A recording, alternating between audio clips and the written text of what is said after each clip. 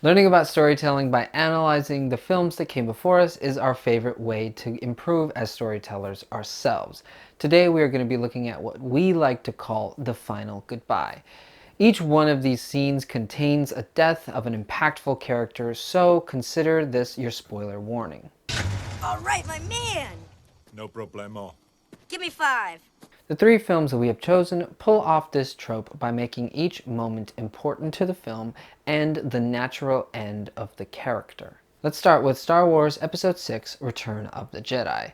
Luke and Vader have defeated the Emperor and now must make it out of the Death Star before Lando and his crew can blow it up.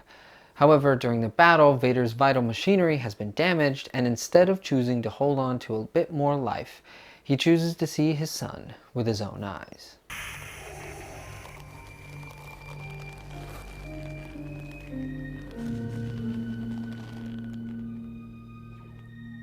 The filmmakers have built up Vader over the course of 3 films as a larger-than-life villain, complete with magical powers and an iconic set of armor. But Vader is more than just a cool character with quotable lines. He's a character who grows. They also humanize him. Through Luke, he slowly becomes a father worth saving. Sister. So, you have a twin sister. By killing the Emperor, he has taken the final step away from his flaw and completed his arc. Only in the last battle with Luke and the Emperor do we see that Vader is fallible. Luke gives into his anger and ends up beating Vader before he throws his lightsaber away. The Emperor's Force lightning mortally wounds Vader as he saves his son. Vader is revealed as a pale old man, but he faces his son and death as a changed man. And the change was slow and deliberate, but worth the wait. Vader reassures Luke that he has saved both Vader and himself from the dark side. You were right about me. Luke has felt the conflict in his father, and he felt the pull to the dark side, but he needed to know that throwing away his lightsaber was the right decision. Darth Vader's theme accents the scene, not in its usual commanding tone, but instead it fades with him. Now let's turn to Logan.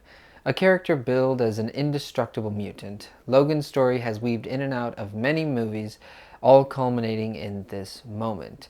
In this grim future, the man who could take any punch, fall from any height, and live for hundreds of years can finally see the end of the line. Take your friends and run. In this movie, the X-Men are long gone and Logan is just trying to get by. He has lost the will to be a hero, and though it took longer than most, his body is failing him. At this crucial moment, the filmmakers give him a reason to fight again. His surrogate daughter, Laura. But he is only a shadow of his former self. In the past, he would have given his life 100 times and still lived to see another day. But this is not the Logan of old. He only has so much to give, and in order to win the day, he must give everything. Pain has been a faithful companion to Logan, but no fight has ever brought him death. Logan knows this is the end. His body has been struggling to regenerate for a while now, and the beating he takes during the fight to save the children is something he can't come back from. As Laura helps him in his final moments, this indestructible man is, for the first time, feeling death. In his final moments, he tells Laura that she doesn't need to fight anymore, and not to be what they made her. Don't be what they made you.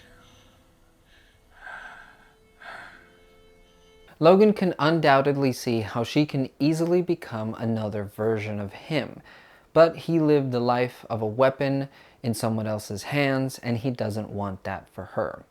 He doesn't want her to live her life from one fight to the next. Laura, who doesn't have many lines in the film, speaks the word that makes them family.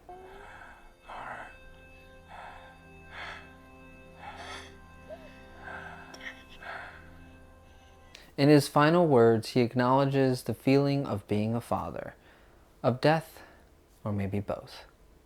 Logan finds peace in having given his life for his family.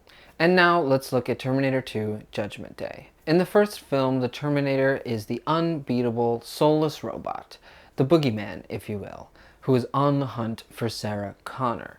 In a stroke of genius, the filmmakers flipped the script for the second one, and the Terminator, who would stop at nothing to kill Sarah Connor, turns out to be the perfect person to protect both her and her son, John. The Terminator would never stop. It would never leave him. The trio fight the new and improved T-1000 to the bitter end. Once the T-1000 is defeated in the molten metal, they begin to discard all future technology, and that includes the Terminator. Over the course of the film, the Terminator has built up a relationship with John and earned the trust of Sarah Connor. And even though John begs him to stay, he insists he must die. No, it'll be okay. Stay with us. It'll be okay. I have to go away. No, don't do it. Please, don't go. Once again, this character who could survive any fight must die to protect John and Sarah. And that's exactly what he does without hesitation. The Terminator goes on his own character arc and becomes a father to John with all the attributes that we expect in a father. Of all the would-be fathers who came and went over the years, this machine, was the only one who measured up. Throughout the film, John teaches the Terminator some gestures and phrases that he uses, imprinting onto the Terminator some of John's own personality. In his final goodbye, the Terminator uses one of John's gestures to say goodbye. As the one-armed and barely functioning Terminator is lowered into the molten metal, Sarah and John look on with tears in their eyes.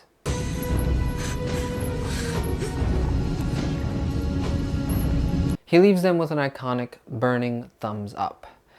All three of these characters end up as father figures.